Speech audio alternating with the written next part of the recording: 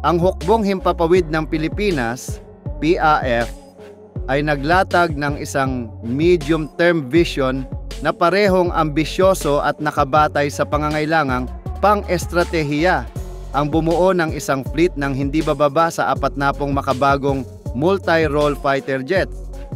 Ang inisyatibong ito ay isa sa mga haligi ng mas malawak na Revised Armed Forces of the Philippines Modernization Program, RAFPMP, na naglalayong palakasin ang pambansang depensa, pahusayin ang kakayahang mabilis na tumugon at mapanatili ang isang kapani-paniwalang presensya sa himpapawid sa mga pangunahing sonang maritimo, lalo na sa lalong tumitinding sigalot sa West Philippine Sea. Habang umuusad ang modernisasyong ito, isang mahalagang tanong ang patuloy na lumilitaw sa hanay ng mga eksperto sa depensa at sa publiko. Bakit hindi pa isinaalang-alang ng Pilipinas ang pag-leasing ng just 39 Gripen fighter jet tulad ng matagumpay na ginawa ng kapitbahay na bansang Thailand? Dahil sa kasalukuyang limitasyon ng pondo para sa pagbili ng makabagong multi-role fighter jets, mahalagang pag-aralan ng PAF ang posibilidad na makuha ang just 39 Gripen sa pamamagitan ng isang leasing arrangement. Ipinakita ng Thailand na posible at epektibo ang leasing o phased acquisition models kahit para sa mga bansang may limitadong budget sa depensa. Sa pamamagitan ng isang government-to-government deal sa Sweden, nakuha ng Thailand ang 12 Gripen CD fighters kasama ang Aerieye Airborne Early Warning Systems at mga suportang pasilidad sa pamamagitan ng phased payments at flexible terms. Ang kasunduang ito ay nagbigay sa Thailand ng makabagong network-centric air defense capability nang hindi ginugupo ang pambansang pananalapi. Posibleng akma rin ang ganitong sistema sa sitwasyong pinansyal ng Pilipinas. Madalas ituring ang just 39 na Gripen bilang angkop para sa Pilipinas, parehong sa operasyonal na kakayahan at sa kabuuang gastos sa buong buhay ng eroplano. Dinisenyo ito para sa cost efficiency, kilala sa mababang gastos sa operasyon, madaling maintenance, at mataas na sortie rates. Dagdag pa rito ang kakayahan ng Gripen na mag-operate mula sa maiikli o pansamantalang runway, kabilang ang mga highway, ay nagbibigay ng taktikal na bentahe para sa isang bansang kapuluan tulad ng Pilipinas, kung saan kakaunti at malalayo ang mga established airbase. Sa mga sitwasyong may natural na sakuna o banta ng pananakop, malaking bentahe ang kakayahang mabilis na lumipat at mag-operate mula sa mahihirap na lokasyon.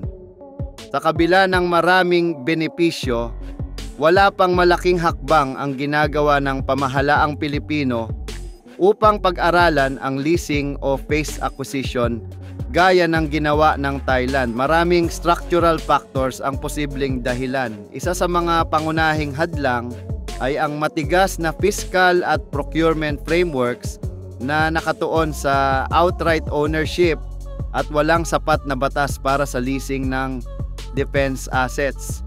Ang paglipat sa leasing model ay mangangailangan hindi lamang ng pagbabago sa pulisya, kundi pati ng political will upang hamunin ang tradisyonal na sistema ng procurement. Bukod dito, ang kawalan ng kasaysayan sa leasing ng malalaking defense platforms ay nagiging dahilan upang magmukhang peligroso ito sa mga gumagawa ng desisyon. Dahil walang precedent, nag-aatubili ang mga policymaker na sumubok ng bago, lalo na sa high-profile defense acquisitions. Dagdag pa, ang matibay na ugnayang militar ng Pilipinas sa Estados Unidos ay nagtutulak sa mas tradisyonal na opsyon tulad ng F-16 Sena. Bagaman magaling, mas mahal ang F-6 na 16 sa pagbili at operasyon kumpara sa Gripen. Kaya may tanong kung kakayanin ba itong panatilihin sa pangmatagalan. Ayon sa mga ulat, bukas ang Saab ang gumagawa ng Gripen na mag-alok sa Pilipinas ng iba't ibang package, kabilang ang leasing, technology transfer, training programs at maging local assembly o maintenance hubs. Ang mga alok na ito ay hindi lang basta pagbili, kundi may kasamang oportunidad para sa industrial development na makikinabang ang lokal na sektor ng depensa at aerospace. Marami sa defense community ang naniniwala na ang leasing ng Gripen ay maaaring maging praktikal at epektibong paraan upang mapabilis ang modernisasyon ng PAP. Maaari nitong pahintulutan ng bansa na magkaroon ng makapangyarihang eroplano sa mas maagang panahon, masimulan agad ang training ng mga piloto at tekniko at unti-unting buuin ang kinakailangang infrastruktura. Ang ganitong pamamaraan ay makakapagpabilis sa air defense modernization habang hinahati ang gastos sa loob ng ilang taon. Maaaring maiwasan pa ang politikal na hamon ng malalaking isang tanghing capital outlays. Ngayon, higit kailanman, panahon na para ang mga planner at policy maker sa depensa ng Pilipinas ay mag-isip lampas sa tradisyonal na balangkas. Ang tagumpay ng Thailand sa paggamit ng flexible at cost-effective na paraan ay nagbibigay ng malinaw na halimbawa. Ang tanong ngayon, kung nagawa ng Thailand, bakit hindi kaya ng Pilipinas na gumawa ng kaparehong matapang na hakbang upang tiyakin ang seguridad ng ating himpapawid?